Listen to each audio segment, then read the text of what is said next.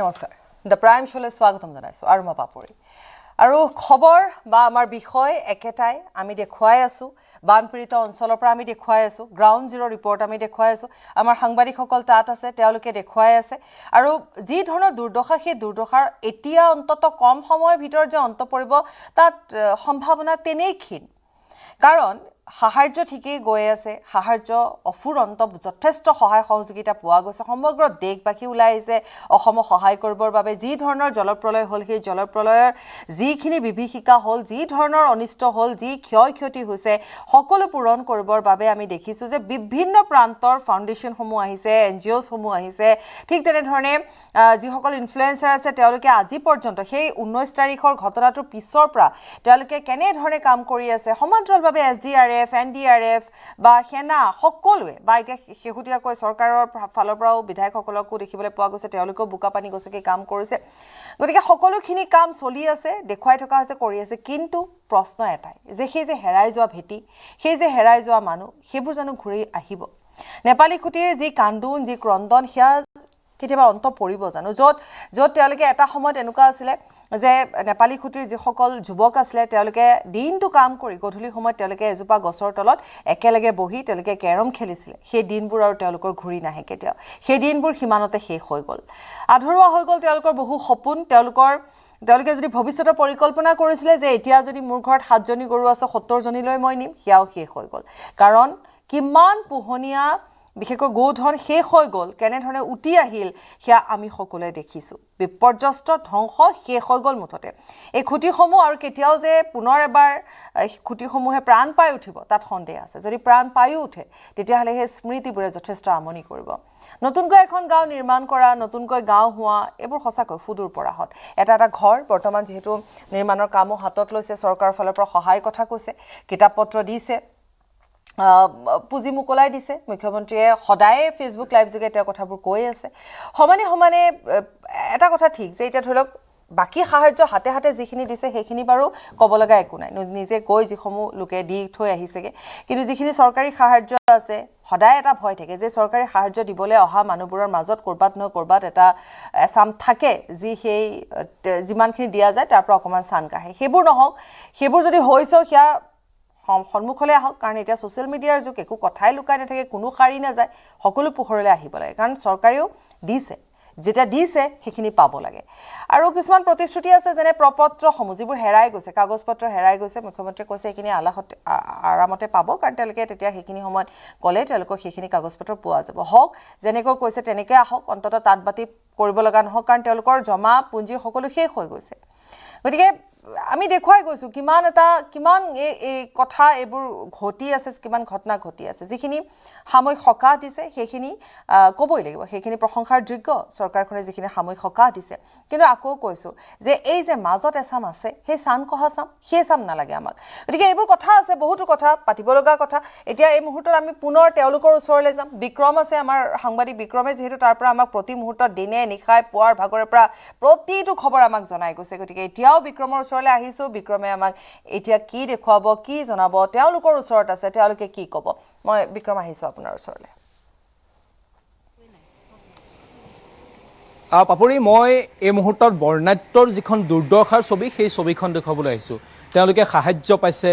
সেইখিনিলৈকে ঠিকই আছে কিন্তু সাহায্য পালেও তেওঁলোকৰ মনত দুখখিনি এতিয়াও আছে এই কাৰণে আছে যে আজি 14টা দিন হৈ গ'ল তেওঁলোকে নিজৰ ঘৰখনলৈ যাব পৰা নাই ঘৰখনত এতিয়াও কৰবাত পানী আছে আৰু যিসমূহ ঠাইত পানী শুকাইছে সেই ঠাইসমূহ এতিয়া সেই ঠাইসমূহত এতিয়া একাঠু পৰ্যন্ত পানী আছে যাৰ ফলত এতিয়াও ঘৰসমূহত কিন্তু সোমাব পৰা অৱস্থা হোৱা নাই মই আছোঁ এতিয়া গড়মূৰ অঞ্চলত শিমলুগুৰিৰ গড়মূৰ অঞ্চল এটা বৃহত্তৰ অঞ্চল ইয়াত এটা গড় আছে ৰজাদিনীয়া গড় এই গড়টোত শ মানুহে তেওঁলোকে অস্থায়ী তেওঁলোকে তম্বু তৰি তেওঁলোকে আজি 14টা দিন আছে বানত আক্ৰান্ত লোকসকলে এই নিশাৰ ভাগত মই এটা তম্বুৰ তলত আছোঁ আপুনি দেখা পাইছে কেইগৰাকীমান মহিলা মোৰ সৈতে আছে এই মহিলাসকল তেওঁলোকে আজি 14টা দিন হ'ল তেওঁলোকে এনেদৰে থাকিব লগা হৈছে এই টেণ্টৰ তলত তেওঁলোকে অস্থায়ীভাৱে আছে কোনোবাই ইয়াত আহি সাহায্য দি গৈছে তেওঁলোকে তাৰ জৰিয়তে খাইছে ইয়াত কোনো ধৰণৰ বিদ্যুতৰ যোগাযোগ ইয়াত এতিয়ালৈকে দিব পৰা হোৱা নাই এয়াই হৈছে সমস্যা পাপৰি এনেকুৱা ধৰণৰ সমস্যাৰ সন্মুখীন হ'বলগীয়া হৈছে মই কথা পাতিবলৈ অলপ চেষ্টা কৰিম বাইদেউসকলৰ সৈতে কথা পাতিম বাইদেউ আপোনাৰ ঘৰ ক'ত ইয়াতে এতিয়া আজি কিমান দিন হ'ল এনেকৈ থকা আজি 14 দিন হৈছে 19 তাৰিখে হৈছিলে আমাৰ পাছবেলা 4মান বজাৰ পৰা পানীটো সোমাইছিলে প্ৰথম মানে পাছফালে টিউবৱেলৰ হেৰিত দেখিছিলোঁ টিউবৱেলৰ পানীটো যাব লাগে নলা ফালে আহিছে ভিতৰৰ ফালে সোমাই তাৰপৰা ভিতৰত সোমাইছোঁ প্ৰথম বোলো বিচনাখন বোলো আমি ইটা তুলি ওখ কৰি থৈ দিওঁ ইটা তুলিবলৈ লওঁতে মানে পাছফালে পানী ভিতৰত সোমাই গ'লহি সোমালত একাঠুমান পানী হলত মটৰটো এৰাবলৈ লৈছে মটৰটো সোমালে পানীৰ তলত মটৰ গ'ল ফ্ৰিজ গ'ল মানে ভিতৰ বস্তু একোৱে বচাব নোৱাৰিলোঁ আৰু কাপোৰ অলপ বচাইছিলোঁ সেইখিনিও পৰি গ'ল ওপৰত ঠাই থৈছিলোঁ ৰেগৰ ওপৰত তেনেকৈ আৰু মানে আপোনালোকৰ সকলো শেষ হৈ গৈছে সকলো শেষ আৰু ডনলপ চোফা মানে বিচনাৰ পৰা ধৰি চব শেষ আৰু বিচনাত তুলি মেট্ৰেছ মানে একোৱে গাৰু চাৰু একোৱে নাবাছিলে আৰু যি ভৰাই থৈছিলোঁ এতিয়া গৰম দিন বুলি ঠাণ্ডা দিনত লোৱা বস্তু সেইখিনিও ডিভানত সোমাই আছিলে সেইখিনিও শেষ হৈ গ'ল একোৱে নাবাছিলে আৰু নিজৰ পিন্ধা কাপোৰো নাই এতিয়া এতিয়াতো আপোনালোকৰ ঘৰখনত পলস আছে নে পানী আছে এতিয়া আমাৰ ঘৰখনত পলস এতিয়া ঘৰৰ পৰা উলিওৱা হৈছে আৰু পলস আমি মানে প্ৰথম যেতিয়া ঘৰৰ পৰা ওলাই আহিছিলোঁ আমি ইয়ালৈ আহিবই নোৱাৰিলোঁ ইমানে পানী হৈ গ'ল আমাৰ খুৰীৰ ঘৰত মানে থাকিবলগীয়া হ'ল চটৰ ওপৰলৈ যাওঁতেও মানে আমাৰ একদম এবুকু পানী ঠায়ে ঠায়ে এবুকু ঠায়ে একদম মুখত পানী সোমাই গৈছে আৰু উঠি যাওঁতে বিক্ৰম বৰ্ণনা কৰিব নোৱাৰা আচলতে পৰিৱেশ আমি আপোনাৰ ওচৰলৈ আকৌ আহিম গৌতমো আছে আমাৰ সৈতে গতিকে গৌতমৰ ওচৰলৈ এবাৰ যাম নবুলো আছে আমাৰ সৈতে গতিকে গৌতম আপোনাৰ ওচৰলৈ আহিছোঁ গৌতম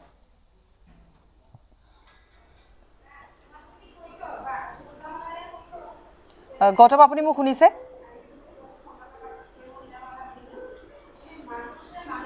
গৌতমৰ সৈতে মোৰ হয় নিশ্চয় পাপৰি হয় কওক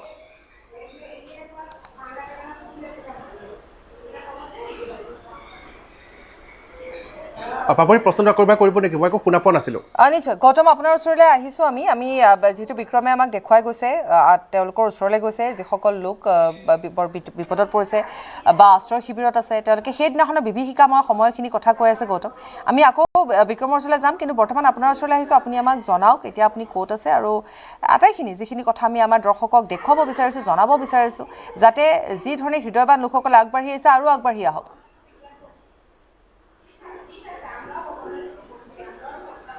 হয় নিশ্চয়কৈ পাপৰি চাওক বৰ্তমান মই যোৰহাটত উপস্থিত আছোঁ আৰু বিগত প্ৰায় 8 দিন ধৰি অৰ্থাৎ 19 জুলাই তাৰিখে যেতিয়া বানৰ বিভীষিকা আৰম্ভ হৈছিলে 21 জুলাই তাৰিখৰ পৰা পুৱাৰ ভাগৰ পৰা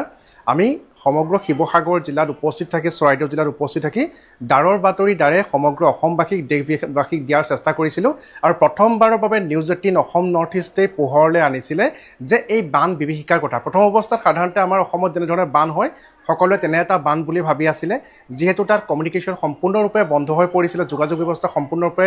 বন্ধ হৈ পৰিছিলে না মোবাইল যোগাযোগে হওক বা পথ যোগাযোগে হওক আৰু সেইখিনি মুহূৰ্তত 21 জুলাই তাৰিখে কেৱল মাত্ৰ নিউজ 18 অসম নৰ্থ ইষ্ট গৈ তাত উপস্থিত হৈছিলোঁ আৰু তাৰ পাছতে পোহৰলৈ আহিছিল যে কেনেধৰণে ইখনৰ পিছত ইখন গাঁও নিশেষ হৈ গৈছিল প্ৰায় 50-60 গৰাকীকৈ লোক 50-60 গৰাকীকৈ লোক নিৰুদ্দেশ হৈ আছিল বহু লোকৰ মৃত্যুৰ আশংকা সেই সময়ত প্ৰকাশ কৰা হৈছিল আৰু তাৰ পিছতে এই সমগ্ৰ ঘটনাৱলীয়ে বিশেষ গতি লাভ কৰিছিল সমগ্ৰ দেশবাসীৰ দৃষ্টি নিবদ্ধ হৈছিল একমাত্ৰ নিউজ 18 অসম নৰ্থ ইষ্ট আৰু নিউজ 18 নেটৱৰ্কৰ যিটো সমগ্ৰ দেশব্যাপী বিয়পি থকা যিটো আটাইতকৈ ডাঙৰ যিটো নেটৱৰ্ক তাৰ জৰিয়তে সমগ্ৰ দেশবাসীয়ে জানিব পাৰিলে যে কেনেদৰে অসম ডুবিছে যি মহাপ্ৰলয়ৰ সূচনা হৈছে শিৱসাগৰ আৰু চৰাইদেউ জিলাত সেই কথা পোহৰলৈ আহিছিলে আৰু তাৰপিছৰ পৰা আমি দেখা পাইছোঁ সমগ্ৰ অসমবাসী উবুৰি খাই পৰিছে সহায় আগবঢ়োৱাৰ বাবে সমগ্ৰ দেশৰ পৰা বিভিন্ন স্থানৰ পৰা বহু লোকে হৃদয়বান লোকে সহায় কৰিবলৈ আগবাঢ়ি আহিছে কিন্তু পাপৰি এটা কথা ক'ব বিচাৰিছোঁ যে বিপদ এতিয়াও আঁতৰা নাই কিয়নো আমি যেতিয়া নাগালেণ্ডলৈ গৈছিলোঁ মন জিলালৈ গৈছিলোঁ এই সমগ্ৰ বানপানীৰ মূল কাৰণ কি সেয়া উদ্ঘাটনৰ বাবে যেতিয়া আমি তালৈ গৈছিলোঁ তাত গৈ যি দেখা পাইছিলোঁ যে বহু লোকে ক'ব বিচাৰে যে এয়া কোনো এটা নদী বান্ধৰ বাবে হৈছে বা কয়লা খনি খন্দাৰ ফলত পাহাৰত জমা হৈ থকা পানীৰ বাবে হৈছে আমি সেইখিনি কথাৰ পৰা আঁতৰি আহি যিসমূহ দৃশ্য দেখা পাইছিলোঁ যে পানীৰ উৎসটো কি সেয়া বৰ্তমানলৈকে নিৰ্ণয় হোৱা নাই অৰ্থাৎ সেয়া যি কয়লা খনিৰ খননৰ ফলত জমা হৈ থকা পানীৰ পাৰ ভাগি সেই পানী বৈ অহাৰ ফলত এয়া হৈছে নে অন্য কোনো কাৰণত পানীৰ ভয়ংকৰ ৰূপত পানী বৈ আহিছিলে সেয়া তদন্তৰ পিছত পোহৰলৈ আহিব কিন্তু আমি তাত যি দেখা পাইছিলোঁ যে ভয়ংকৰভাৱে ভূমিস্খলন হৈছিলে আৰু পাহাৰীয়া যিসমূহ নিজৰা আছিলে সেই নিজৰাবোৰ একো একোখন নদীলৈ পৰিণত হৈছিলে। গছ গছনি, শিল, ঠিক শিলাখণ্ড, বাঁহ, বেত ইত্যাদি এক বৃহৎ জংঘল এনেধৰণে ভূমিস্খলনৰ সৈতে বৈ আহি দিখৌ নদীত পৰিছিলে। দিখৌ নদীখন সাময়িকভাৱে বন্ধ হৈ পৰিছিলে আৰু বন্ধ হৈ পৰাৰ ফলত যাক যিটো লেণ্ডশ্লাইড ডেম বুলি কোৱা হয়, যে দীৰ্ঘ সময়ৰ বাবে দিখৌ নদীখন বন্ধ হৈ পৰিছিলে ভূমিস্খলনৰ ফলত। আৰু একোপত যেতিয়া সেই সমগ্ৰ পানীখিনি বৈ আহে একেলগতে, আৰু সেই বৈ অহা পানীখিনিয়ে এনেধৰণৰ এটা প্ৰলয়ৰ সূচনা কৰিছিলে। সেই বাতৰি আমি সম্প্ৰচাৰ কৰিছিলোঁ, সৰজমিন অনুসন্ধান কৰি সেই বাতৰি আমি সম্প্ৰচাৰ কৰিছিলোঁ। কিন্তু উদ্বেগজনক কথাটো হৈছে যে আগষ্ট মাহত দ্বিতীয় এটা ৱেভ অহাৰ পূৰ্ণ সম্ভাৱনা আছে। আপুনি মই পুনৰবাৰ কৈছোঁ যে চৰকাৰে মুঠেই এই বিষয়টো গুৰুত্ব প্ৰদান নাই কৰা, গাইৰা দিব বিচাৰিছে। কি কাৰণে গাইৰা দিব বিচাৰিছে আমি নাজানো, যে তেওঁলোকে বৰ্তমান পুনৰ সংস্থাপন, সাহায্য প্ৰদান ইত্যাদি বিষয়ত গুৰুত্ব প্ৰদান কৰি আছে। কিন্তু নাগালেণ্ডৰ যিটো পৰিস্থিতি, অসমত যিমান ক্ষয় ক্ষতি হৈছে সমান্তৰালভাৱে নাগালেণ্ডতো সিমানেই ক্ষয় ক্ষতি হৈছে। যিখিনি বাতৰি হয়তো তাৰ দুৰ্গম অঞ্চলসমূহৰ বাবে বৰ্তমানলৈকে পোহৰলৈ অহা নাই, তাতো বহু লোকৰ মৃত্যু ঘটিছে। দিখৌ নদীত নাগালেণ্ডৰ পৰা বহু লোক উটি আহিছে, কিন্তু সেই বাতৰিসমূহ নাগালেণ্ডৰ দুৰ্গম অঞ্চলসমূহৰ বাবে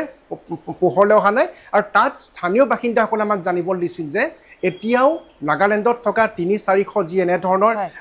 পাহাৰীয়া যি সৰু সৰু নৈ আছে বা যিসমূহ নিজৰা আছে, সেই নিজৰাসমূহৰ বহু সংখ্যক বৰ্তমান আবদ্ধ হৈ আছে। আৰু দিখৌ নদীখন লংলেং জিলাৰ কোনো এঠাইত ভূমিস্খলনৰ ফলত পুনৰবাৰ আবদ্ধ হৈ আছে। গতিকে সেইটো হ'বলৈ হয় যিধৰণে 168 মিলিমিটাৰ বৰষুণ হৈছিলে বিগত 24 ঘণ্টাত, অৰ্থাৎ 18 জুলাইত নিশাটোত। গতিকে প্ৰায় 16 ঘণ্টা ধৰি নেৰানেপেৰা বৰষুণৰ ফলত কি প্ৰলয়ংকাৰী বানৰ সৃষ্টি হ'ল আমি দেখা পালোঁ। গতিকে পুনৰবাৰ যদিহে এনেধৰণৰ বৰষুণ হয় আগষ্ট মাহত, তেনেহ'লে এনে এটা প্ৰলয়ে পুনৰ জোকাৰি যাব পাৰে নাজিৰা, শিৱসাগৰক। গতিকে এতিয়াই আমি সাজু হ'ব লাগে। গৌতম, আমি আপোনাৰ ওচৰলৈ আকৌ আহিম, আপুনি থাকিব আমাৰ সৈতে। কিন্তু আমি আপোনাৰ সৈতে দ্বিতীয়বাৰ যেতিয়া আমি সংযুক্ত হ'ম, আমি জানিম যোৰহাটৰ আশে পাশে যিবোৰ অঞ্চল, আমি টিয়কৰ কথা, আমি সেইখিনি কথাও পাতিম। এতিয়াও এনেকুৱা অঞ্চল আছে যিবোৰ অঞ্চলত হয়তো সাহায্য পোৱাগৈ নাই, তেনেকুৱা ধৰণৰ অঞ্চলো আছে, বা আপোনাৰ নেঘেৰিটিঙৰ ফালে হওক, আমাৰ এইফালৰ অঞ্চলটোৰ কথা আমি পাতিম। কিন্তু মই আপোনাৰ ওচৰলৈ আকৌ আহিম গৌতম, আপুনি সাজু থাকিব। মই এবাৰ প্ৰদীপৰ ওচৰৰ পৰা আহোঁ, প্ৰদীপৰ ওচৰলৈ যাম, কিন্তু মই নবুলৰ ওচৰৰ পৰা আহোঁ, কাৰণ নবুল যথেষ্ট সময়ৰ পৰা অপেক্ষা কৰি আছে। নবুল, মই আপোনাৰ ওচৰলৈ আহিছোঁ। আপুনি মই আপোনাক যদি দেখিব পাৰিছোঁ, তেতিয়াহ'লে আপোনাৰ আশে পাশে কিছু সংখ্যক লোক আছে। নবুল,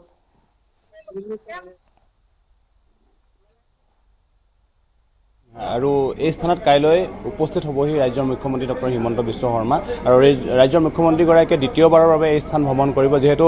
বিহুবোৰৰ যি নেপালী সতীৰ বিধ্বস্ত ৰূপ তেওঁ স্বচক্ষে চাবলৈ কাইলৈ সেই স্থানত উপস্থিত হ'বগৈ। আৰু ইয়াতে ইয়াত যি হেলিপেডৰ ব্যৱস্থা কৰা হৈছে, ইয়াত হেলিকপ্টাৰ যোগেদি ইয়ালৈকে আহিব আৰু ইয়াৰ পৰা গাড়ীৰে তেওঁ সেই স্থানলৈ যাব। আৰু ইয়াত স্থানীয় লোক আছে, আমি তেওঁৰ পৰা জানিম যি বানপানী হ'ল, বিধ্বস্ত বানপানী, প্ৰাণাকৰণৰ লোকসকল এতিয়াও শিবিৰত আছে। আৰু ইয়াতে এটা কমিউনিটি হল আছে, মোৰ কাষতে আছে এটা কমিউনিটি যিটো কিটচেন। নাজিৰা জিলা প্ৰশাসনে, অসমৰ জিলা প্ৰশাসনে এটা কমিউনিটি কিটচেন সাজিছে, আৰু ইয়াৰ স্থানীয় লোক আছে, আমি জানিম। হয়, যোৱা 19 তাৰিখে যি বানৰ বিভীষিকা আমাৰ এই চন্তক বিহুবৰ অঞ্চলত হ'ল, ইয়াৰ ফলত আমাৰ চন্তক চাহ বাগিচা, বিহুবৰ নেপালী খুঁটি, চন্তক আপোনাৰ মাজগাঁও, প্ৰজাবস্তি, বিহুবৰ হিলনিকে আদি কৰি আমাৰ এই চন্তক অঞ্চলৰ আশে পাশে থকা কেইবাখনো গাঁও বানত প্লাবিত হ'ল। আৰু এইটো এটা আমাৰ বাবে এটা ডাঙৰ বিভীষিকা আছিলে। আৰু সেই দিনটো স্মৰণ কৰিলে আজিও আমি বুকু কঁপি উঠে। আৰু আমি এই দুৰ্গত লোকসকলক আমি আনি পিনে আমাৰ প্ৰশাসনৰ উদ্যোগত তথা আমাৰ বিধায়ক ময়ূৰ বৰগোহাঁইৰ নেতৃত্বত আমি ইয়াতে এটা ৰিলিফ কেম্প কৰিছোঁ। আৰু এই ৰিলিফ কেম্পটোতে আমি এটা কমিউনিটি কিটচেন ছেটআপ কৰিছোঁ। আৰু ইয়াৰ কমিউনিটি কিটচেনৰ জৰিয়তে আমি এই অঞ্চলৰ প্ৰত্যেকজন লোকে যাতে ভোকত থাকিবলগীয়া নহয়, তাৰ কাৰণে আমি তেওঁলোকক খোৱা বোৱাৰ এটা ব্যৱস্থা আমি কৰিছোঁ। আৰু ইয়াতে আমাৰ নেপালী খুঁটিৰ যিসকল লোক আছে তেখেতসকলকো আমি সুকীয়াকৈ থকাৰ ব্যৱস্থা কৰিছোঁ। আমাৰ চাহ বাগিচাৰ যিসকলক বানত ক্ষতিগ্ৰস্ত হৈছে তেওঁলোকসকলকো আমি ইয়াতে থকাৰ ব্যৱস্থা কৰিছোঁ। আৰু আমি ধন্যবাদ জ্ঞাপন কৰিছোঁ মাননীয় মুখ্যমন্ত্ৰী মহোদয়লৈ, তেখেতে খুব তৎপৰতাৰে আমাৰ মাজলৈ আহি পিনে আমাক সকাহ দিয়াৰ কাৰণে চেষ্টা কৰিছে। আৰু আমি আপোনালোকক জনাব বিচাৰোঁ যে অহাকাইলৈ তেখেতে আকৌ চন্তক চাহ বাগিচাত আহি উপস্থিত হ'ব। আৰু বিহুবৰ অঞ্চলৰ, চন্তক বিহুবৰ অঞ্চলৰ বা ইয়াৰ আশে পাশে থকা অঞ্চলৰ যিসকল বানত ক্ষতিগ্ৰস্ত হোৱা লোক আছে তেওঁলোকৰ লগত তেওঁ কথা পাতিব, ইয়াৰ ক্ষয় ক্ষতিৰ বুজ ল'ব। আৰু আমি আশা কৰিছোঁ যে মাননীয় মুখ্যমন্ত্ৰী মহোদয়ে আমাৰ যি জনসাধাৰণৰ যি এই দুৰ্গত অৱস্থা, এই দুৰ্গত অৱস্থাৰ পৰা উদ্ধাৰ কৰাৰ ক্ষেত্ৰত তেখেত নিশ্চিতভাৱে পদক্ষেপ গ্ৰহণ কৰিব। আৰু মই ভাবোঁ যে আমাৰ জিলা প্ৰশাসন তথা মাননীয় বিধায়ক, আমাৰ বহুকেইজন ভলণ্টিয়াৰ্ছ, আমাৰ কাৰ্যকৰ্তাসকলে এই দুৰ্গত লোকসকলৰ কাৰণে অহৰ্নিশে দিনে নিশাই কাম কৰি আহি আছে। আৰু আমি যাতে যিসকল দুৰ্গত লোক আছে তেখেতসকল কোনো ধৰণৰ কষ্ট নোহোৱাকৈ তেখেতসকলক আমি পুনৰ সংস্থাপন দিয়াৰ কাৰণে এটা ব্যৱস্থা কৰিব পাৰোঁ, তাৰ কাৰণেও আমি চিন্তা চৰ্চা কৰিছোঁ। আৰু ইতিমধ্যে মাননীয় বিধায়ক মহোদয়ে আমাৰ যিসকল বিশেষকৈ নেপালী খুঁটিৰ যিসকল লোক আছে, বানত ক্ষতিগ্ৰস্ত লোক আছে, তেখেতসকলৰ আৱাসগৃহসমূহ বৰ্তমানে বনোৱাৰ এটা চেষ্টা কৰিছে। আৰু তাৰ কাৰণে আমি তেখেতকো ধন্যবাদ জ্ঞাপন কৰিছোঁ। ইয়াত কিমান লোক আছে এতিয়া? ইয়াতে আমাৰ প্ৰায় 70 ঘৰ আমাৰ নেপালী খুঁটিৰ লোক আছে, 70টা পৰিয়াল আছে। আৰু আমাৰ চাহ বাগিচাৰ বহুকেইঘৰ পৰিয়াল আমি ইয়াতে ৰখাৰ ব্যৱস্থা কৰিছোঁ। আৰু লগতে আমাৰ কেইবাগৰাকীও ৰোগীও আছে, আমি তেখেতসকলকো আমাৰ এই স্কুলতে আমি সুকীয়াকৈ ৰখাৰ ব্যৱস্থা কৰিছোঁ। হয় বাপৰি, কাইলৈ মুখ্যমন্ত্ৰী মহোদয় যিহেতু নেপালী খুঁটিলৈ আহিব আৰু এই স্থানতে নেপালী খুঁটিৰ লোকসকল আছেহি, আশ্ৰয় লৈ আছেহি, আশ্ৰয় শিবিৰত তেওঁলোক আছে। আৰু নেপালী খুঁটিৰ এজন ব্যক্তি আছে, আমি তেওঁৰ পৰা জানিম। নমস্কাৰ, মোৰ নাম শ্ৰী সুৰজ শৰ্মা। আমি নেপালী খুঁটি এতিয়া চব বিধ্বংস হৈ গ'ল। এতিয়া মানে আমি ইয়াত আশ্ৰয় আমাৰ দাদাকেইটাই আহি মেলি ৰিলিফ কেম্পৰ পৰা ইয়াত আহি মেলি বুকুন্দ দা হ'ল, আমিৰ দা হ'ল, সুমিত দা হ'ল, কেনেবাকৈ মিলাই মেলি আমাক কেম্পত থৈ মেলি আমাক ইয়াত সুখীৰে আমি বহি থাকিব পাৰিছোঁ। আৰু মুখ্যমন্ত্ৰীক আমি এটা জনাব বিচাৰোঁ যে আমাক এতিয়া খোৱা বোৱাৰ একো অসুবিধা নাই, গম পাইছে। এতিয়া মানে আমাক মানে ঘৰ বনোৱা বা ৰাস্তা পদূলি বা বাচন বৰ্তন কিবা এটা সহায় কৰে যেন, সেইটো কাৰণে আমি কামনা কৰোঁ, তেওঁক আমি অনুৰোধ কৰিছোঁ। তেওঁ কাইলৈ আহিব, গতিকে এই কথাখিনি যাতে মুখ্যমন্ত্ৰী মহোদয়ে জানিব পাৰে তাৰ কাৰণে আপুনি অনুৰোধ কৰিছে। আৰু তেওঁ কৈছে যে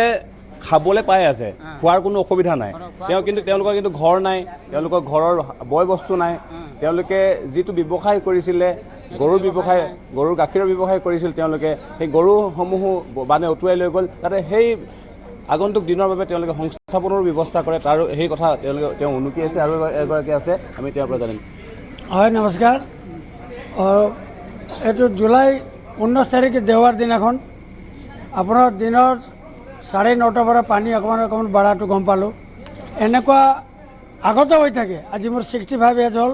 কেইবাটাও বানপানী দেখিলোঁ, কিন্তু এনেকুৱা বিধ্বংস, এনেকুৱা কাল ৰূপ বানপানী আজিলৈকে দেখা নাই আছিলোঁ। আমি ভৰসাত পৰিলোঁ যে অকণমান পাছত এই বাঢ়িব, অকণমান কমিব, শুকাব। কওঁতে 11:30 পাছত এনেকুৱা আপোনাৰ যে লহৰ এটা আহি গ'ল, সিদিনা সাগৰ যেনেকুৱা পাৰে আৰু ডাঙৰ লহৰ। আমাৰ যিকোনো বাসাগিৰি আছিলে আগফালে ডাঙৰ গছে আহি পেলাই লাগি জাবৰি লাগি পেলাই গোটেই মহতিয়াই লৈ গ'ল। আমি দেখিছোঁ সেই দৃশ্য আমি প্ৰত্যক্ষ কৰিছোঁ। মই আছিলোঁ ঘৰৰ ওপৰত, বোৱাৰী নাতি মোৰ ঘৰৰ পৰিয়াল লৈ পেলাই মই ঘৰৰ ওপৰত আছিলোঁ। এনেকুৱা একে ঝটকাত মাৰি দিলে গোটেই ঘৰে সৈতে আমি উঠি গৈ পেলাই লাষ্টত গৈ পেলাই একটা জাবৰত এনেকুৱা টিং গৈ পেলাই লাগি পেলাই আমাৰ জান সুৰক্ষা কৰিবলৈ হ'ল। বোৱাৰী নাতিয়ে মৃত্যুমুখৰ পৰা ওলালোঁ। তাৰপাছত মানে পানী বাঢ়ি আছে, ৰাতি 2টাৰ পাছতে পানীটো কমি গ'ল, ৰৈ গ'ল। তাৰপাছত নাও এটা আহি পেলাই আমাক উদ্ধাৰ কৰি ওচৰৰ এটা 6তলা বিল্ডিং আছিলে, তাত নি পেলাই গোটেই নিশা থ'লে। 5 বছৰ নাতি, গোটেই নিশা বৰষুণ, এনেকৈ হৈ পেলাই ৰাতিপুৱা আকৌ আমাৰ মানে বোট আহিলে, বোটে তাৰপৰা আনি আমাক চন্তক হেৰিত উদ্ধাৰ কৰিলে। সেই সকলো কথাখিনি অনুধাৱন কৰিয়ে আপোনালোকৰ ওচৰলৈ কাইলৈ মুখ্যমন্ত্ৰী মহোদয় আহিব। হয় ছাৰ, আহিব। তেখেতক মই এদিন আঘাত কৰিলোঁ, ছাৰ প্ৰথম দিনাখন আহিলে চিন্তা নকৰিবা, তোমালোকে আগৰ পৰা যেনেকৈ আছিলে তেনেকুৱা তোমাৰ খেতি যে আমি সম্পূৰ্ণ দিম, বসবাস আগৰ পৰা মই ধুনীয়া কৰি দিম, হৃদয়টো একদম হেৰি কৰি থোৱা, নেকান্দিবা। কান্দিলোঁ ইয়াত, সেইদিনাও কান্দিলোঁ ছাৰ লগত সাক্ষাৎ কৰি। তো ছাৰ বোলে তো কি কৰিব, বোলে চিন্তা নকৰিবা, এইবিলাক চব হৈ যাব, পানী শুকাবলৈ দিয়া, অকণমান ধৈৰ্য ধৰা, লাহে লাহে কৰ্মে ৰাস্তাটো ওলাওক, ঘাটি বাটি চফা হওক, আৰু এইটো মই কৈ দিম বুলি ছাৰে আশা আমি আকৌ যাম আপোনাৰ ওচৰলৈ। এবাৰ প্ৰদীপৰ ওচৰলৈ যাম, প্ৰদীপো অপেক্ষা কৰি আছে। প্ৰদীপ, আপোনাৰ ওচৰলৈ আহিছোঁ, আপুনি কোন ঠাইত আছে সেইখিনিও জনাব, আৰু বৰ্ণাটোৰ কাষতে নিশ্চয় আছে, আৰু কাইলৈ মুখ্যমন্ত্ৰীগৰাকীও আহিব। পোনে পোনে আপোনাৰ ওচৰলৈ আহিছোঁ প্ৰদীপ। হয় পাপৰি, মই বৰ্তমান শিৱসাগৰ চহৰৰ নিচেই কাষতে আছো। সেই স্থানটো কোৱা হৈছে শিৱসাগৰৰ দৰিকাপাৰ। দৰিকাপাৰ এইকাৰণে কোৱা হৈছে যে দৰিকা যিখন বৰ্তমান আটাইতকৈ তাণ্ডৱ লীলা যিখন নদীয়ে চলাই আছে সেইখনে হৈছে দৰিকা নদী। দৰিকা নদীয়ে শিৱসাগৰ সমগ্ৰ বেতবাৰী মৌজা শিৱসাগৰ চহৰ এইবিলাক প্লাবিত কৰি ৰাখিছিলে আৰু সেই দৰিকা নদীৰ নিচেই মই কাষতে আছো আৰু দৰিকা নদীৰ যিবিলাক দাঁতি কাষৰীয়া অঞ্চল সেই দাঁতি কাষৰীয়া অঞ্চল যেনে দৰিকাপাৰৰ ইয়াত কাষতে আছে দৰিকাপাৰ অঞ্চল আছে, নিমাইজান আছে, বেতবাৰী আছে। এই অঞ্চলসমূহ আজিও নাওজান আছে, আজিও এই 12-13 দিন হৈ গ'ল, আজিও বানত প্লাবিত হৈ আছে। যাৰ বাবে এনেধৰণে এই 37 নং ৰাষ্ট্ৰীয় ঘাইপথৰ যিটো বৰ্তমান 4 লেনযুক্ত পথলৈ উন্নীতকৰণৰ কাম চলি আছে তাৰ কাষে কাষে এনেধৰণে আশ্ৰয় শিবিৰ নিজেই টিউপাল চাদৰ আৰি এনেধৰণে তেওঁলোকে আশ্ৰয় শিবিৰ স্থাপন কৰি বসবাস কৰি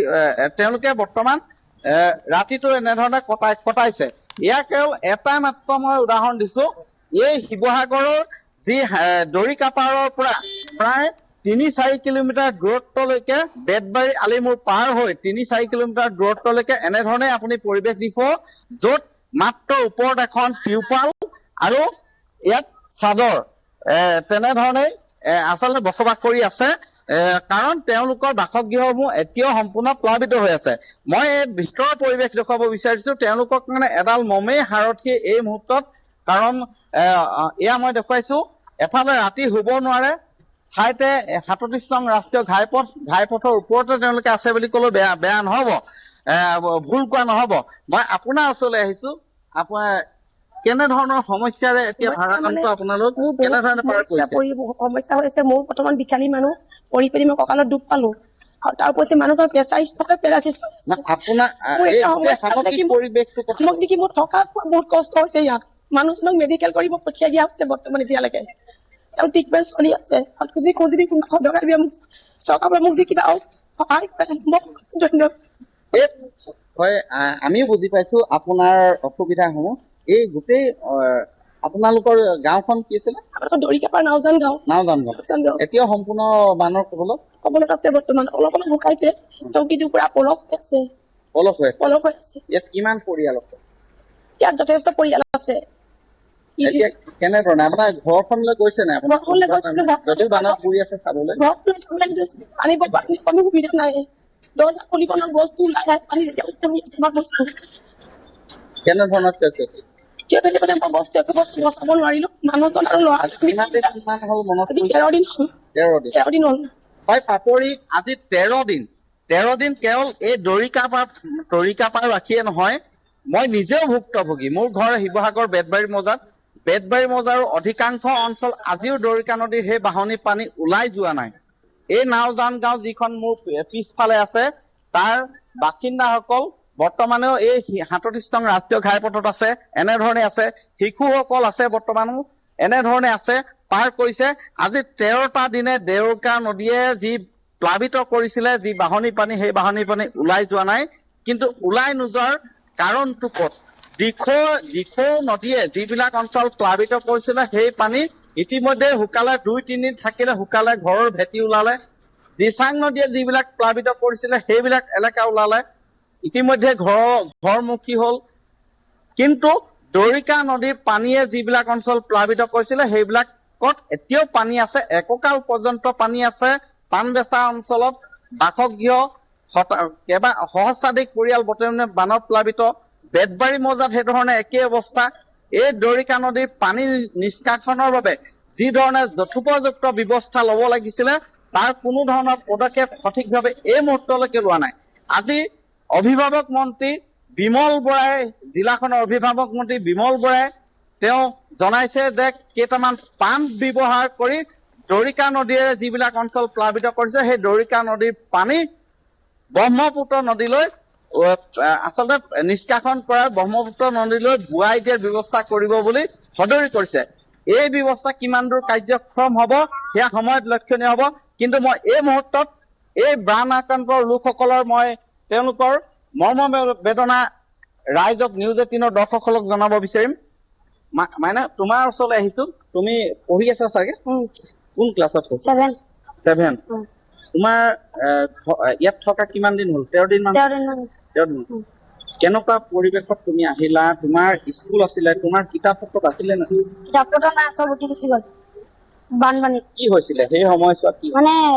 চৌকেছত মানে কিতাপখিনি আছিলে, তাত পানীখিনিত মানে পানী আহোঁতে চব বস্তু পৰি গ'ল, কিতাপখিনি উঠি গুচি গ'ল।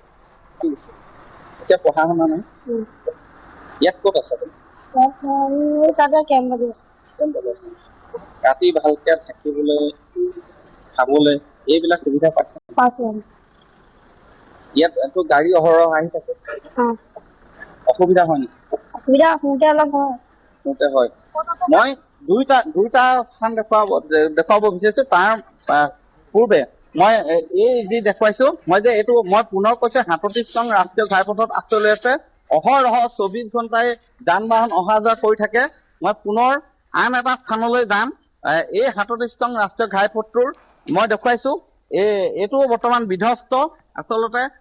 আৰু এই শিবিৰ এটালৈ যাম। ৩৭ নং ৰাষ্ট্ৰীয় ঘাইপথতে নিজে ত্ৰিপাল তম্বু তৰি এই ধৰণে লোকসকল আছে। আজি ১৩টা দিন, মই পুনৰ কৈছো ১৩টা দিন, এদিন দুদিন নহয়, ১৩টা দিনে দৰিকা নদীৰ বাঢ়নী পানী শুকাই যোৱা নাই, হ্ৰাস হোৱা নাই, অহৰহ বৈ আছে বিপদসীমাৰ ওপৰে। মই কেনেধৰণে আছে মই দেখুৱাইছো। এই দুখন হৈছে ডাম্পাৰৰ তাত এনেধৰণে আছে এইসকল লোক। এনেধৰণে আছে তেওঁলোকে। নিশা বৰষুণ দিলে পানী পৰে। মই ওপৰৰ দৃশ্যটো দেখুৱাইছো। ওপৰত এনেধৰণে কোনো ধৰণৰ চালি নাই, টিউবৱেল আছে। বৰষুণ দিলে টিউবৱেলখন ওপৰলৈ তুলি দিয়ে। আৰু মই বৰ্তমান ভাষ্য ল'ম তেওঁলোকৰ সমস্যা কি, কেনেধৰণে পাৰ কৰিছে এই সময়খিনি। আপোনালোকে ডাম্পাৰ দুখনৰ মাজত এনেকে ধৰণে কটাইছে। ঘৰৰ বয় বস্তু বাচিলে নে নাই? কোন ঠাইত ঘৰ? একো নাই বাচা। ঘৰত এতিয়াও ইমান এডিঙি পানী হৈ আছে ঘৰতে এতিয়াও। কি নষ্ট হ'ল? কেনেধৰণৰ পৰিৱেশ নষ্ট? মানে বাচিবলগীয়া একোৱে নাই, বাচিবলগীয়া একোৱে নাই। চব বস্তুৱে পানীত সোমাই আছে, চোফাৰ পৰা আদি কৰি গোটেই ফ্ৰিজ কৰ্ডেজ চৰ্ডেজ আছিলে। এইবোৰ মানে পুৰণা বস্তু হাজিৰা কৰি লোৱা, এইবোৰ মানে চব পানীত সোমাই আছে। বেৰ চেৰ ভাঙিও গৈছে কিছুমান তেনেকুৱা। এই ঠাইত সুবিধা পাইছে নে নাই? পাইছে, খোৱা বোৱা পাইছে। কিন্তু থকাৰ ওপৰত চালিখন নাই। চালিখন বৰষুণ দিলে কলৈ যায়?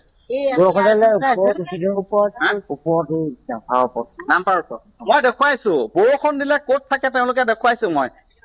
এইখন হৈছে এখন ডাম্পাৰ। এই ডাম্পাৰখনৰ ওপৰত দেখিছে এখন টিউপাল। বৰষুণ দিলে সেই ডাম্পাৰখনলৈ ভিতৰলৈ গুচি যায়। ডাম্পাৰখনৰ ওপৰত য'ত আমি সাধাৰণতে ডাম্পাৰ চালকসকলে য'ত বালি শিল মাটি যিয়ে নহওক সামগ্ৰী কঢ়িয়াই ডাম্পাৰখনৰ এই দৃশ্যটো মই দেখুৱাইছো। এই ডাম্পাৰখনৰ ওপৰত টিউপাল আছে আৰু বৰষুণ দিয়াৰ লগে লগে এই ডাম্পাৰখনৰ ভিতৰলৈ গুচি যায়। আৰু বৰষুণ নাথাকিলে যিহেতু তাত যথেষ্ট গৰম হ'ব, এনেধৰণে মুকলি আকাশৰ তলত থাকে বৰষুণ নিদিলে। গতিকে এনেধৰণে এই বানাক্ৰান্ত লোকসকলে পাৰ কৰিছে। অতি দুৰ্ভাগ্যজনক কথা কণমানি দেখিছো, মই দেখুৱাইছো। এই কণমানি দেখুৱাইছো মই দৃশ্য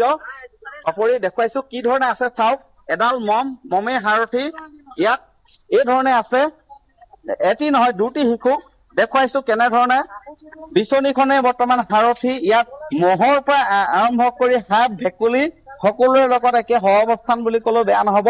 ইয়াত এনেধৰণেই আছে দৰিকা পাৰ। মই পুনৰ কৈছো দৰিকা নদীৰ কাষৰ অঞ্চল। বাইদেউ, এই সময়খিনি কেনেধৰণে পাৰ কৰিছে,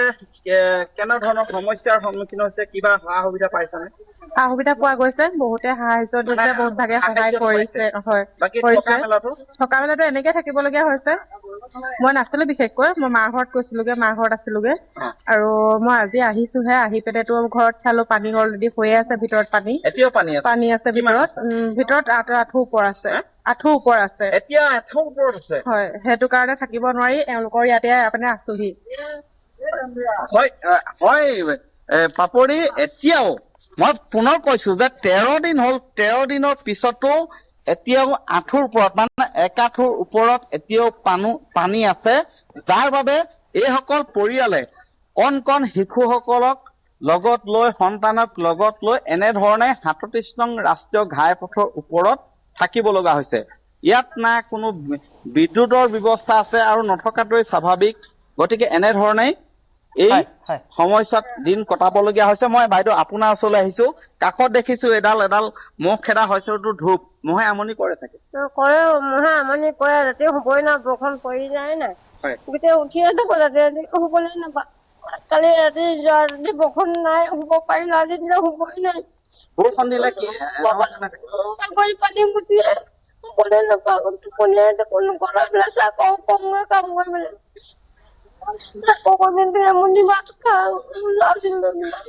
আপোনাৰ নাতি নাতি কেইবছৰ হ'ল? 4 বছৰ। এয়া 4 বছৰ নাতিয়েকক লৈ এনেধৰণে পাৰ কৰিছে। মই দেখুৱাইছো এয়া, যদি সম্ভৱ হয় কেমেৰাত, এয়া মুখ খেদাৰ ধূপডাল লগাই এনেধৰণে পাৰ কৰি তেওঁলোকে উজাগৰি নিশা কটাইছে।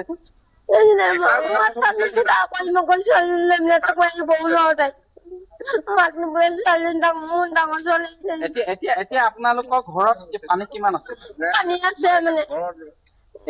ঘৰত ওলা নাই, মই জানিব বিচাৰিম, আৰু এজনে কিবা কব বিচাৰিছে, মই চেণ্ডেল খুলি লৈছো। মানে আপোনাক এতিয়া কব বিচাৰিম এইটোৱে মোৰ এটাই সম্পত্তি বুলি তেওঁলোকে এতিয়া লোৱা বাৰ্থ চাৰ্টিফিকেটৰ পৰা চব বস্তু উঠি গ'ল। এয়া সুবিধা আমাক চৰকাৰে দিবনে বাৰু? বাৰ্থ চাৰ্টিফিকেটৰ পৰা ইতিমধ্যে অসম চৰকাৰৰ মুখ্যমন্ত্ৰীয়ে ইতিমধ্যে ঘোষণা কৰিছে যে যিবিলাকৰ চাৰ্টিফিকেট বা বাৰ্থ চাৰ্টিফিকেটে হওক বা আন বিশেষ ডকুমেণ্ট যদি হেৰাই গৈছে বা উঠি গৈছে বা নষ্ট হৈছে, তেওঁলোকে বিশেষ কোনো কষ্ট নোহোৱাকৈ লাভ কৰাৰ ব্যৱস্থা কৰিব বুলি তেওঁলোকে কৈছে। আপুনি এই ক্ষেত্ৰত ইমান চিন্তা কৰিব নালাগে। আমি যিমান দূৰ জানো, স্থানীয় যি গাঁওবুঢ়া আছে বা যদি পঞ্চায়ত এলেকাত পৰে, পঞ্চায়তৰ পৌৰসভাৰ অফিচত কাৰ্যালয়ত যোগাযোগ কৰিলেই এয়া সম্ভৱ হৈ উঠিব। কিন্তু এতিয়া মই জানিব বিচাৰিম, আপোনাৰ ঘৰত এতিয়াও কিমান পানী আছে আৰু কেনেধৰণৰ সমস্যাৰ মাজেৰে এই সময়খিনি পাৰ কৰিছে? আপুনি এতিয়া মোৰ পেণ্টটো দেখিলে গম পাব ইয়ালৈকে তিতি আছে। হয়, ইয়ালৈকে তিতি আছে, আৰু ইয়ালৈকে যেতিয়া পানী আছে আপুনি গম পাব এতিয়া ঘৰৰ ভিতৰত কিমান পানী আছে। এতিয়া তাৰ উপৰেঞ্চি মানে এয়া আমাৰ পৰিয়ালে ইয়াতে মানে খোৱা খাদ্যৰ ব্যৱস্থা ইয়াতে কৰি আছো। মই এনে আপুনি দিন হাজিৰা, এইকেইদিনটো কাম বন্ধ চাগে? বন্ধ আমাৰ শিৱসাগৰ বন্ধ, যিহেতু আপুনি গম পাইছে কামৰ ক্ষেত্ৰত বন্ধ। আমি দিন হাজিৰা কৰি খোৱা মানুহ, আৰু দিন হাজিৰা কৰি খোৱা মানুহৰ কাৰণে এটা ডকুমেণ্টছ উলিয়াবলৈ অকণমান সুবিধা হৈ দিয়কচোন। সেইকাৰণে যদি চৰকাৰে সুবিধা দিয়ে এনেকুৱা ধৰণৰ, তেতিয়া আমাৰ চব উঠি গুচি গ'ল। আৰু উঠি যোৱাৰ পিছত যদি তেনেকুৱা সুবিধা দিয়ে, মানে আমাৰ এতিয়া ডকুমেণ্টছ বিলাক চব উঠি গুচি গ'ল, আৰু কি কৰিব? হয়, এনেধৰণে একেখিনি সমস্যা আচলতে চবৰে দেখিবলৈ পোৱা গৈছে। এতিয়া ডকুমেণ্টছ হেৰাই গৈছে, কাগজ পত্ৰ বা খাদ্যখিনি তেওঁলোকে পাই আছে, কিন্তু বাকী একো নাই, এতিয়া একেবাৰে শূন্য। প্ৰদীপ, আমি আপোনাক ধন্যবাদ জনাম। আমি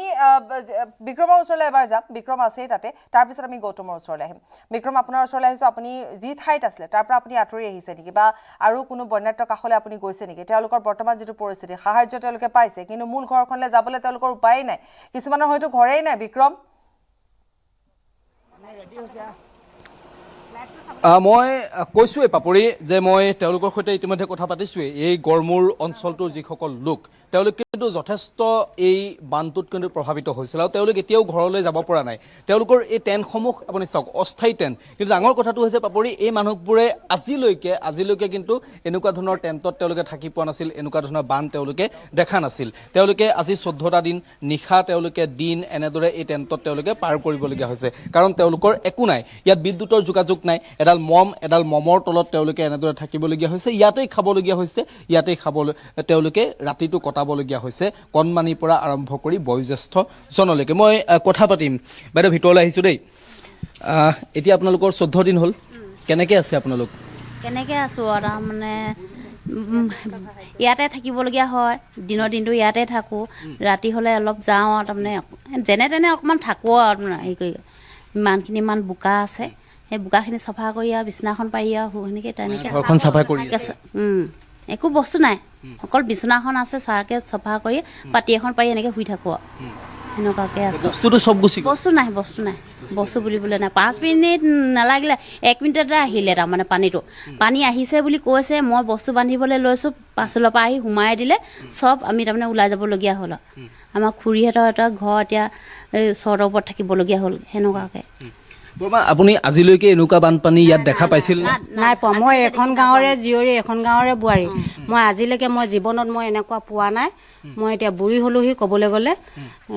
তাৰমানে ভাবিবলৈ উপায় নোহোৱাকৈ পানী আহিলে এনেকুৱাকৈ তাৰমানে ভিতৰখনত একো নাই ধান চান চাউল তাউল অকণমানি সাধাৰণ দোকানে দখৰি দিয়ে তাকো একদম চব আলমাৰি চালমাৰি গিৰি মেগম চব তাৰমানে ল'ৰা এটা আছে ল'ৰাটোৱে চুলি দাড়ি কাটি চেলুন দখৰি হেৰি কৰি আছিলে সেইবোৰ সকলো বস্তু তাৰমানে ঘৰৰ তাৰমানে দৰ্জা চৰ্জা বুলিবলৈ একোৱেই নাই তাৰমানে সমস্ত বস্তুৱে একোৱেই নাই তাৰমানে বিশেষকৈ মানুহজনো আনকি অসুখীয়া তাৰমানে আছে তাৰমানে আচৰিত খাইছে কোনো বানপানী নাহে মোক কৈছোঁ বানপানী আহিছে তেওঁ মই কৈছোঁ দেউতাক ঘৰলৈ যাওক আপুনি খুৰীহঁতৰ ঘৰলৈ যাওক চৰ্তৰ ওপৰত উঠকে নাই এই বানপানী আহে নি বোলে কোনোদিনে দেখি নাপোৱা যে তেওঁ তাৰপিছত জাহা পাছফালৰ পৰা সোমালে বুলি কৈছোঁ ধৰি নিব বুঢ়া মানুহ ধৰি নিবলগীয়া হৈছে সেইফালে কওঁতে এইফালেতো নাই পানী আহি গ'ল সেনেকুৱা হ'ল কোনোদিনে দেখি নাপোৱা বিশ্বাসেই নকৰে তাৰমানে আমি সুবিধা নাপালোঁ তাৰমানে এনেকুৱা একদম ছেকেণ্ডত তাৰমানে এনেকুৱা পানী হয় আৰু এনেকুৱা পলস পৰা আমি দেখা নাই ভিতৰত এতিয়াও আমি পাকঘৰ চাকঘৰ এইবিলাক এৰি দিলোঁ তাৰমানে মাত্ৰ আমাৰ যিডোখৰ অকণমান হেৰি আছে এনেকৈ চুচি মেলি বিচনা এডোখৰ তেনেকৈ সেই টক্তা ধুই মেলিয়া তেনে হাত অকল টক্তাখনতে পৰিহে আছোঁ আৰু ঘৰত যদিও এতিয়া আছোগৈ তাৰমানে পাপৰি তেওঁলোকে এই কথাটো কৈছে যে তেওঁলোকে পাকঘৰ বা ঘৰৰ বাকী অংশ তেওঁলোকে এৰি দিছে কাৰণ এই যিটো পলস পৰিছে মই নিজে দেখা পাইছোঁ পলসত সেই পলসত মই নিজেই সোমাই গৈছোঁ যে প্ৰায় ঠায়ে ঠায়ে 5 পৰা 6 ফুট পৰ্যন্ত পলস পৰিছে ঠায়ে ঠায়ে কিন্তু 3-4 ফুট পৰ্যন্ত পলস পৰিছে এই পলসটো আঁতৰোৱাটো ইমান সহজ নহয় বাইদেউ সহজ হ'ব জানো পলসটো আঁতৰোৱাটো আপোনালোক নাই সহজ নহয় এতিয়াতো আমাৰ তাৰমানে ভৰি খাই গৈছেগৈ ভৰি তাৰমানে তেজ ওলাই গৈছেগৈ এনেকুৱা চফা কৰিছোঁ অলপ চফা কৰিছোঁ ভৰিত একদম তেজ ওলাই গৈছেগৈ আৰু কৰিব নোৱাৰিছোঁ উপায় নাই সেনেকৈ আছোঁ এতিয়া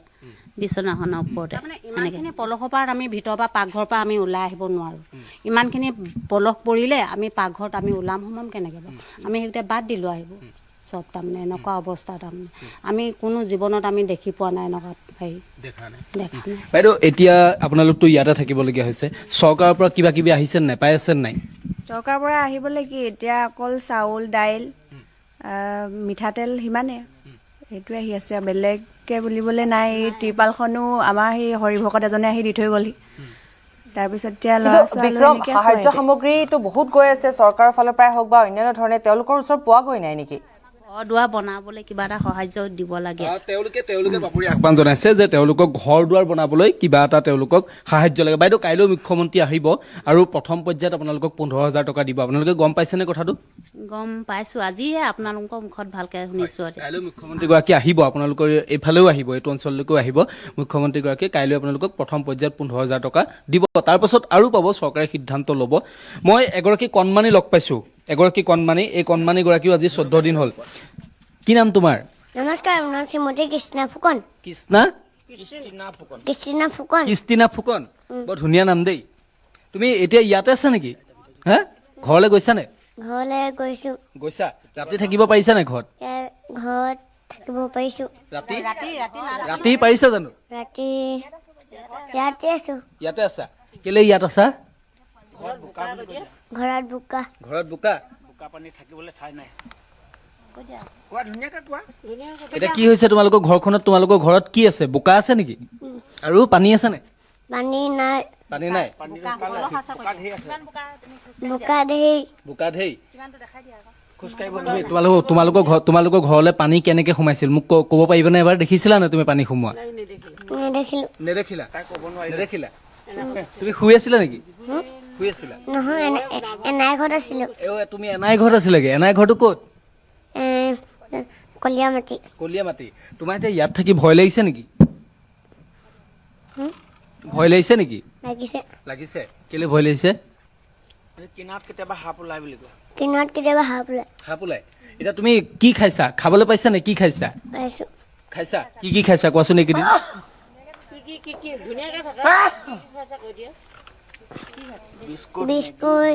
বিস্কুট মেগী ভাত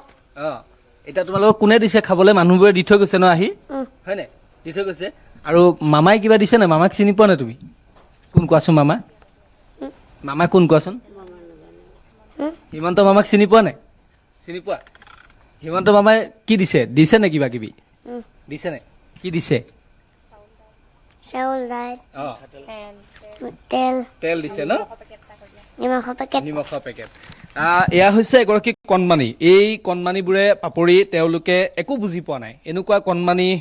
এই বানাক্ৰান্ত অঞ্চলবোৰত কিন্তু অজস্ৰ আছে এই কণমানিবোৰে একো বুজি পোৱা নাই তেওঁলোকে মাত্ৰ উজাগৰি নিশা কটাই গৈ আছে এনেকুৱা এডাল মমৰ তলত আৰু এনেকুৱা এখন ত্ৰিপালেৰে তৰি থোৱা যিটো তম্বু বুলি আমি সাধাৰণতে কওঁ এই তম্বুৰ তলত তেওঁলোকে এই জীৱনটো এতিয়া পাৰ কৰি থাকিবলগীয়া হৈছে এই কণমানিবোৰে একো বুজি পোৱা নাই সিহঁতৰ কিতাপ পত্ৰৰ পৰা আৰম্ভ কৰি সম্পূৰ্ণ ঘৰখন যিহেতু সম্পূৰ্ণৰূপে উটি গুচি গ'ল বৰমা ক'ত যায় আপুনি নাযাওঁ মোক এতিয়া ভাত বনিলে নাই ভাত নাই বনাম আমি লাহে দিয়ে বনাওঁ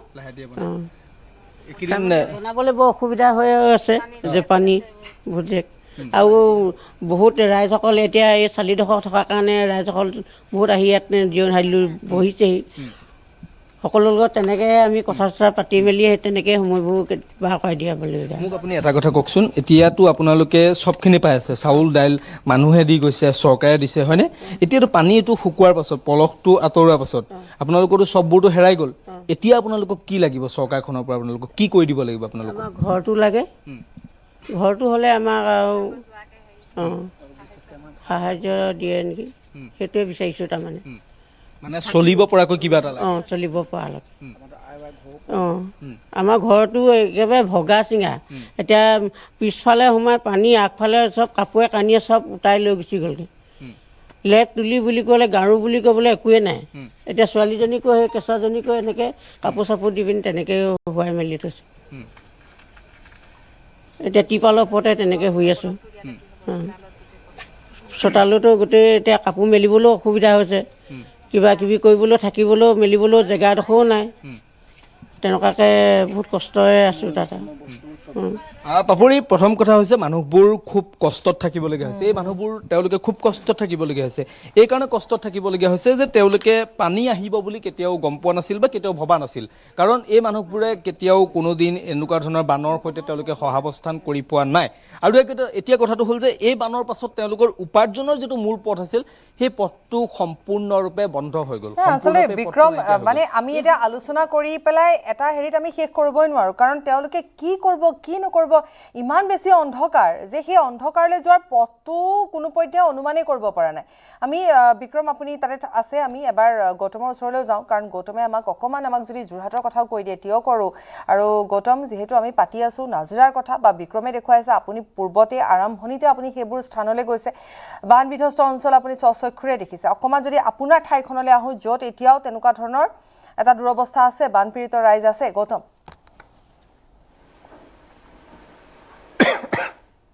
হয় নিশ্চয়কৈ পাপৰি চাওক যোৰহাটৰ কথা যদি আমি চাওঁ যোৰহাটৰ বান আৰু শিৱসাগৰ আৰু চৰাইদেউ জিলাৰ বান সম্পূৰ্ণৰূপে পৃথক কিয়নো তাত যিটো বানপানী হৈছিলে সেইটো হৈছে ডেব্ৰিজ ফ্লাড অৰ্থাৎ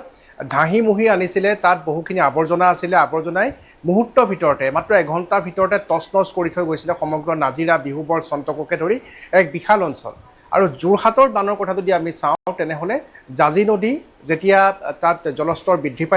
পাই তাৰ মথাউৰি ভাগিছিলে আৰু মথাউৰি ভাগি যেতিয়া পানী সোমাই আহিছিলে তাৰ ফলত বহু গাঁও প্লাবিত হৈছিলে ঠিক সেইদৰে ভোগদৈ নদীৰ মথাউৰি ভগাৰ ফলত ইয়াতে বিস্তৰ ক্ষতিসাধন হৈছিলে কৃষিভূমি প্লাবিত হৈছিলে বহু লোকৰ ঘৰত পানী সোমাইছিলে আৰু সেই পানী কিন্তু তেনেধৰণৰ বোকা থকা পানী নহয় অৰ্থাৎ নাজিৰা বা আমি শিৱসাগৰ বা আমি চৰাইদেউত যি ধৰণে দেখা পাইছোঁ তেনেধৰণৰ বোকা মিহলি থকা সেই পানী তেনেকুৱা নাছিলে আৰু বৰ্তমান সময়ত পানী শুকাইছে আৰু একাংশ গাঁৱত এতিয়াও পানী আছে আৰু যদিও অতিকৈ দুৰ্গম হয় বাট পথসমূহ বৰ্তমানো পানী ডুব গৈ আছে কিন্তু সেয়া অতি কম পৰিমাণৰ হয় আৰু 9টা স্থানত যোৰহাট জিলাখনৰ 9টা স্থানত 4খন নদীৰ মথাউৰি ভাগিছিলে আৰু যুদ্ধকালীন তৎপৰতাৰে নিৰ্মাণ কাৰ্য জিঅ' টিউব জিঅ' বেগৰ জৰিয়তে সেই মথাউৰিৰ পুনৰ নিৰ্মাণৰ কাম কৰাৰ বৰ্তমান কাম চলি আছে আৰু অতি শীঘ্ৰেই সেই যিসমূহ মথাউৰি ছিগিছিলে সেইসমূহ মেৰামতি সম্পূৰ্ণ হ'ব বুলি আমাক জিলা প্ৰশাসনৰ তৰফৰ পৰা জানিবলৈ দিছে তাৰ সমান্তৰালকৈ যিটো বস্তু আমি দেখা নাই শিৱসাগৰ জিলাত যে চেনিটাইজেশ্যন অৰ্থাৎ চাফ চিকুণকৈ থকাৰ বাবে বা যাতে সংক্ৰামক ৰোগে যাতে ভয়ংকৰ ৰূপ ধাৰণ নকৰে তাৰ বাবে আমি যোৰহাটত দেখা পাইছোঁ যে অগ্নি নিৰ্বাপক বাহিনী গাড়ীত ডিছইনফেক্টেণ্ট মিহলাই সেই পানী স্প্ৰে কৰা হৈছে বিভিন্ন ৰাস্তা পদূলি মানুহৰ ঘৰৰ চৌহদ চোতালত স্প্ৰে কৰা হৈছে ঠিক সেইদৰে বিভিন্ন সৰু সৰু গাড়ীত বা মানুহৰ জৰিয়তে তেনেধৰণৰ বীজাণুনাশক দ্ৰব্য ব্যৱহাৰ কৰি তেনেধৰণে স্প্ৰে ব্যৱস্থা কৰা হৈছে কিন্তু আমি শিৱসাগৰত তেনেধৰণৰ মই থকালৈকে বা তাৰ কিছুদিন পিছলৈকে বিক্ৰম বৰ্তমান আছে তেনেধৰণৰ আমি দৃশ্য দেখিবলৈ পোৱা নাই আৰু তৃতীয় কথাটো হৈছে যে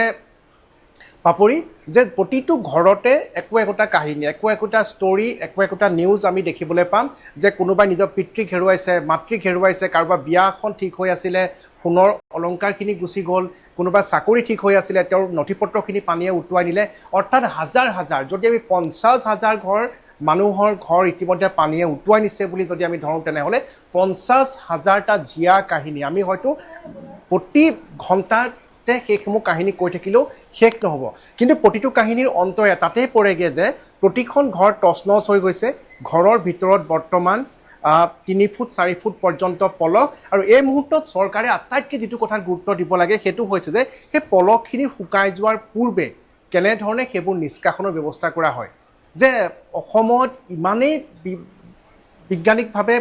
আমি পিছপৰা নে যে তেনেকুৱা কোনো এটা ব্যৱস্থা এতিয়ালৈকে চৰকাৰে গ্ৰহণ কৰিব পৰা নাই য'ত নেকি পলসেৰে ঢাকি পেলোৱা সেই গাঁওসমূহ পলসমুক্ত কৰিব পৰা যায় বা যিসমূহ বাসগৃহ ভিতৰত বৰ্তমানো 3-4 ফুট পলস পৰি আছে সেই পলসসমূহ বৰ্তমানলৈকে বিজ্ঞানসন্মত পদ্ধতিৰে আঁতৰোৱাৰ ব্যৱস্থা আমি কৰা দেখিবলৈ পোৱা নাই তাৰ সমান্তৰালকৈ পাপুৰি আমি দেখা পাইছোঁ যে কৃষিভূমিসমূহতো 1 ফুট 2 ফুট পৰ্যন্ত পলসেৰে বৰ্তমান পোত খাই পৰিছে আৰু যদিহে সময় থাকোঁতে সেই পলসবোৰ আঁতৰোৱা নহয় তেনেহ'লে বহু কৃষিভূমিত পুনৰবাৰ যে খেতি কৰিব পাৰিব তাৰ ওপৰত প্ৰশ্নবোধকৰ সৃষ্টি হৈছে আৰু আটাইতকৈ যিটো ডাঙৰ কথা হৈছে সেইটো হৈছে দিখৌ নদীখন আমি বিভাগীয় সূত্ৰৰ পৰা জানিব পৰা মতে প্ৰায় আধা মিটাৰ পোত গৈছে পলসৰ ফলত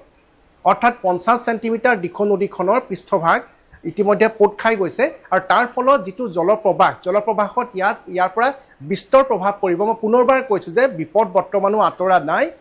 যেতিয়ালৈকে এই ক্ষেত্ৰত চৰকাৰে বিজ্ঞানসন্মতভাৱে ৰিম'ট সেন্সিং ছেটেলাইটৰ জৰিয়তে নাগালেণ্ডৰ পৰা অসমলৈ ভৈয়ামলৈ অহা নদীসমূহৰ ওপৰত বাৰিষাৰ দিনকেইটাত 24 ঘণ্টাই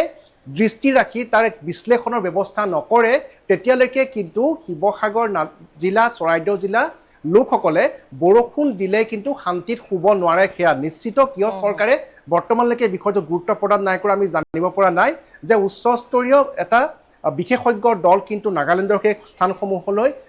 পঠিয়াই এই সমগ্ৰ বিষয়টোৰ ওপৰত তদন্ত কৰাটো অতিকৈ আজিৰ তাৰিখত প্ৰয়োজন আছিলে কিয়নো পাপৰি বৰ্তমান সময়ত আমি বৰ্তমান যি আলোচনা কৰি আছোঁ সাহায্যৰ কথা পাতি আছোঁ ভগৱানে নকৰক যদিহে আজিৰ পৰা এসপ্তাহ 10 দিনৰ পিছত পুনৰ নাগালেণ্ডত বৰষুণ দিয়ে তেনেহ'লে তাৰ পৰৱৰ্তী পৰিস্থিতি আমি আকৌ আপোনাৰ ওচৰলৈ যাম আমি কথা পাতি যাম এইখিনি কথা পাতি যাম নবুলো আছে আমাৰ সৈতে এতিয়া নবুল আৰু আপুনি আছে কিন্তু এইখিনিতে মই এটা চমু বাণিজ্যিক বিৰতি ল'ম উভতি আহি পুনৰ আপোনালোকৰ সৈতে এখন আমি সংযুক্ত হ'ম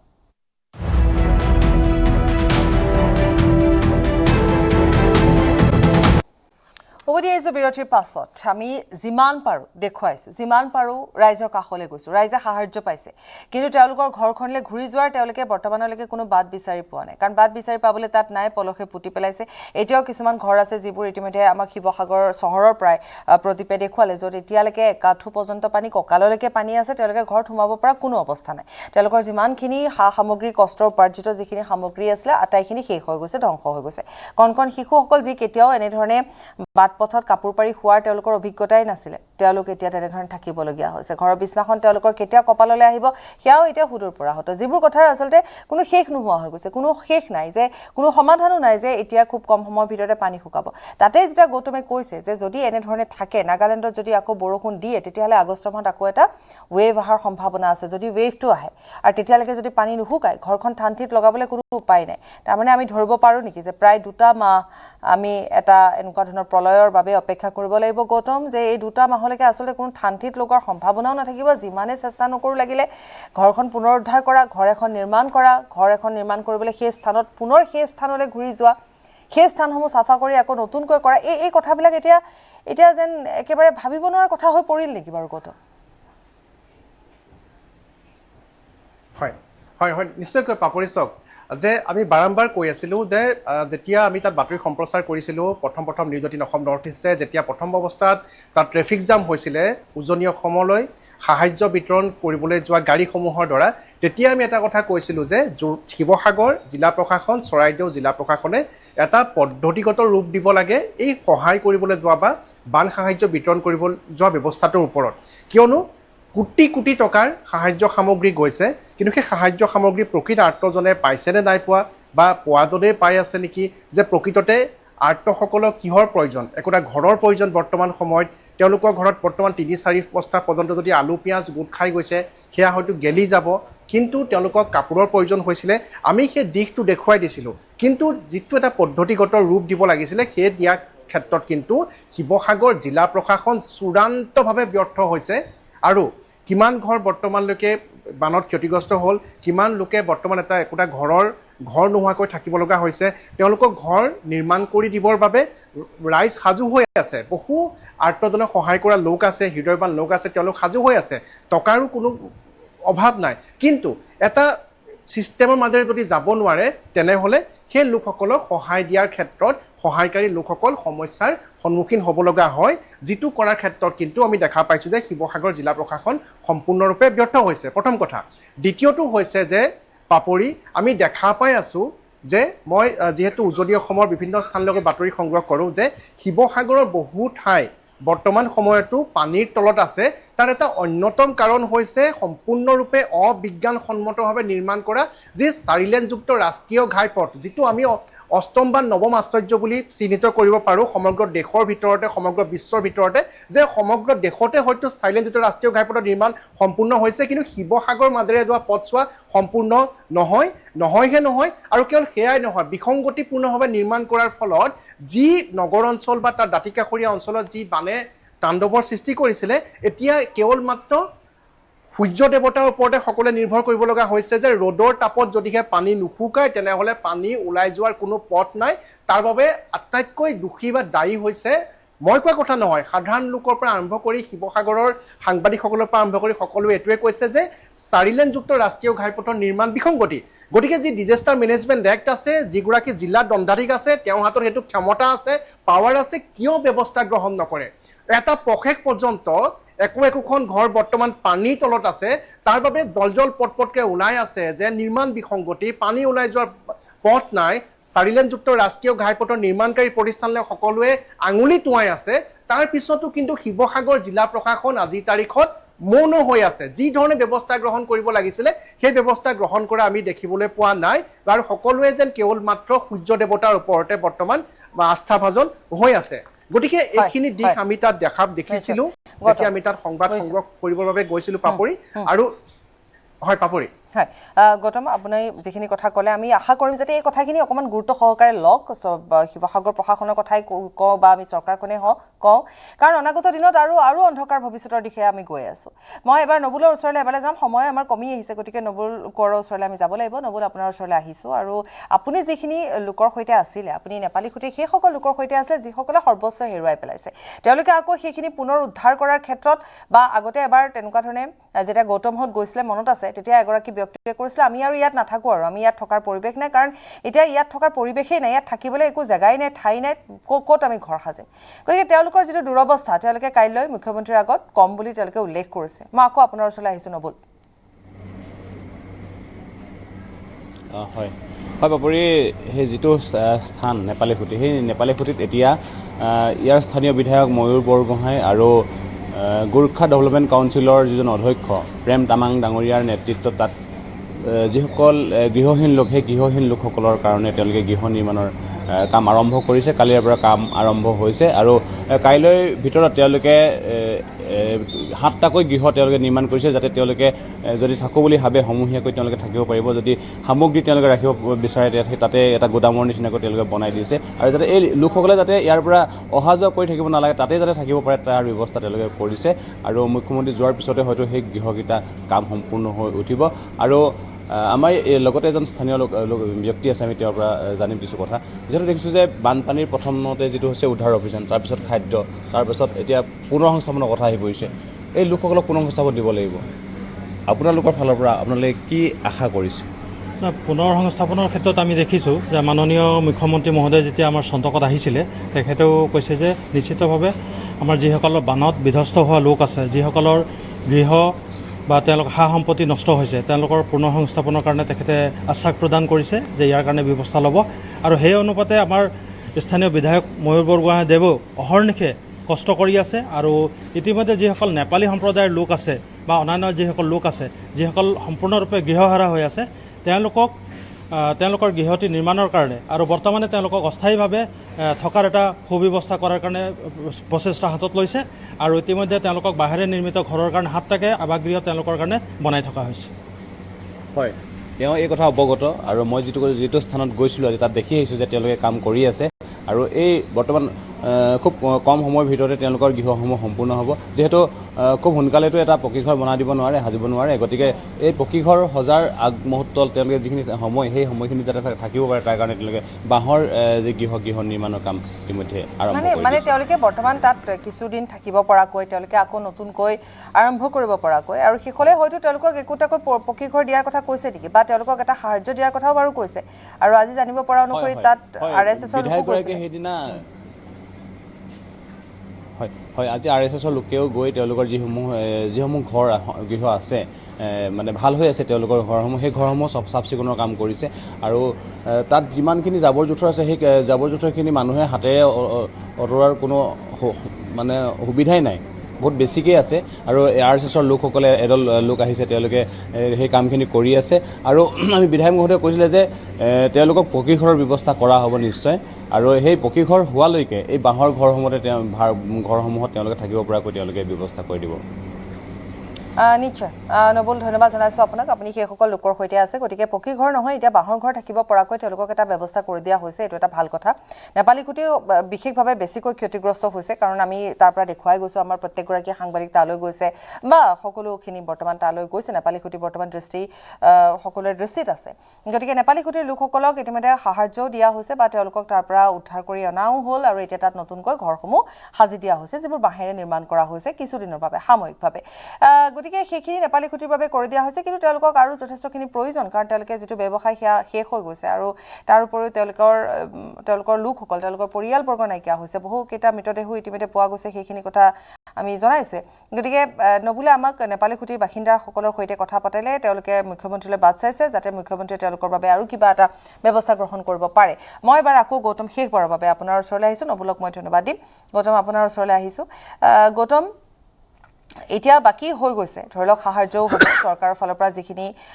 আগবঢ়োৱা হৈছে এতিয়া 15,000 টকা কাইলৈৰ পৰা দিয়া হ'ব বা যিসকল লোকে বিধ্বস্ত প্ৰায় অৱস্থা তেওঁলোকৰ আৰু সকলো শেষ হৈ গৈছে তেওঁলোকক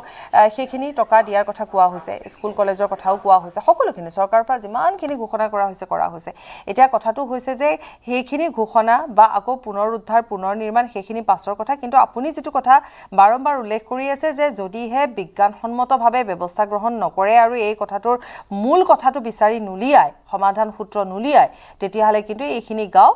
বহু দিনলৈ আকৌ নাথাকেগৈ আৰু বনাই অনাৰ পিছতে আকৌ হয়তো ধ্বংস হ'ব আৰু হয়তোবা সেইখিনি বনোৱালৈকে আকৌ এবাৰ নতুনকৈ পানী আহিব কিন্তু আমাৰ সময়ো শেষ হৈ আহিছে মই এটা লাইনত আপোনাৰ পৰা জানিম এটা লাইনত যিটো কথাই অন্ততঃ চৰকাৰক চুবগৈ পাৰে হয় নিশ্চয়কৈ পাপৰিষ্টক মই এটা কথাই ক'ম যে মূলতঃ হৈছে বিজ্ঞান আৰু বিজ্ঞানসন্মত পদ্ধতিগত প্ৰক্ৰিয়াৰ জৰিয়তেহে